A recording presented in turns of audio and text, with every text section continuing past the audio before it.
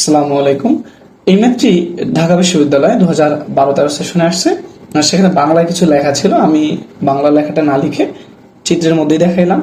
তো বলা হয়েছে যে এই এক্স যে রোধটা আছে এইটা বের করতে বলছে। তো দেখো এই 10 ওহম, এরপরে হচ্ছে 10 ওহম, এরপরে হচ্ছে এক্স, এই তিনটা হচ্ছে সমান্তরালে যুক্ত। কিভাবে সমান্তরালে যুক্ত? দেখো কারেন্টটা হচ্ছে এই দিকে আসতেছে, মূল কারেন্টটা এসে এই দিকে এখানটা আসার পরে তিনটা পথ পাইছে, তিনটা ভাগে ভাগ হয়ে গেছে। ধরো এটার মধ্যে দিয়ে আই1 যাচ্ছে, এটার মধ্যে দিয়ে I2 যাচ্ছে, এটার মধ্যে দিয়ে I3 যাচ্ছে। এই I1 I2 I3 আবার এখানটা এসে আবার হচ্ছে এই দিক থেকে আই পরিমাণ কারেন্টটি বের হয়ে ঠিক কোষের দিকে চলে যাচ্ছে। তো এখন দেখো যে এখানটা তুমি যদি এই তিনটা যে প্যারালাল আছে এটা না বুঝো, তুমি এখানে ইলেকট্রিক পয়েন্ট অ্যাপ্লাই করে একদম সহজ তাহলেই করতে পারবা। সেক্ষেত্রে অবশ্যই তুল্যরোধের কনসেপ্টটা ক্লিয়ার করে আসলাম, একটা তুল্যরোধের ক্লাস আছে ওটা দেখতে পারো।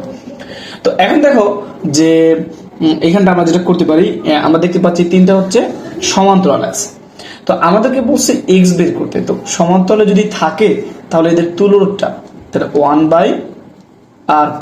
তাহলে দেখো তুল্যরোধটা কত হবে, 1/10 প্লাস 1/10 প্লাস 1/x।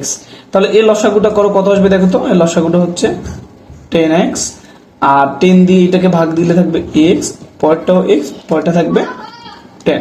তাহলে আমি কি বলতে পারি যে 2x প্লাস 10 আর নিচে হচ্ছে 10x। তাহলে উপর থেকে যদি 2 কমন নেই আমরা, সেক্ষেত্রে বলতে পারি যে 5 প্লাস x আর নিচে হচ্ছে আমাদের 10x থাকে।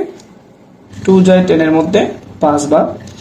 সেক্ষেত্রে আমরা যদি বলি যে আরপিটা কত পাই, আসলে আরপিটা পাইলাম হচ্ছে 5x বাই 5 প্লাস x। দেখো উল্টায় যাবে না, কারণ এখানে 1/RP ছিল, তাহলে আর গুণ হয়েছে। হ্যাঁ, এখানে আর কিছুই না।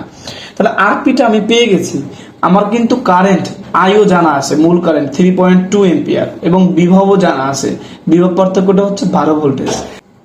তো দেখো আমি কিন্তু জানি যে ভি ইকুয়াল টু হচ্ছে আই আর, আর বলতে টোটালটা।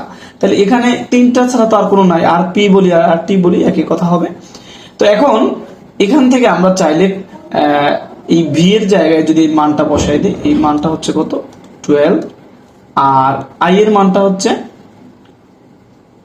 3/2, আর আর পিটা হচ্ছে 5x বাই 5 প্লাস x।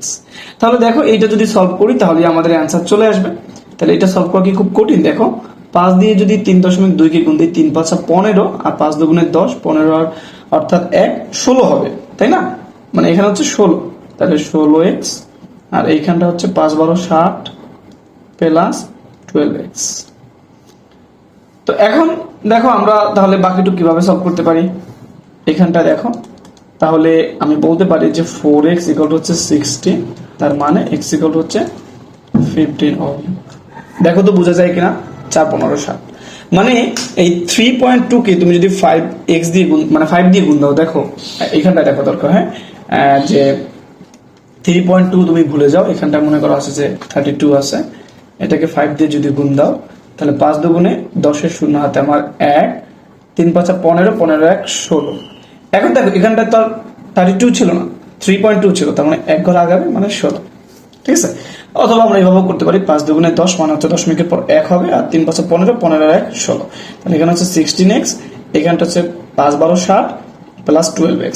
তাহলে এই 12x এই পাশে আসলে কত হবে দেখো তো, 4x। তাহলে 4x ইকুয়াল টু হচ্ছে 60, তার মানে x ইকুয়াল টু হচ্ছে 15।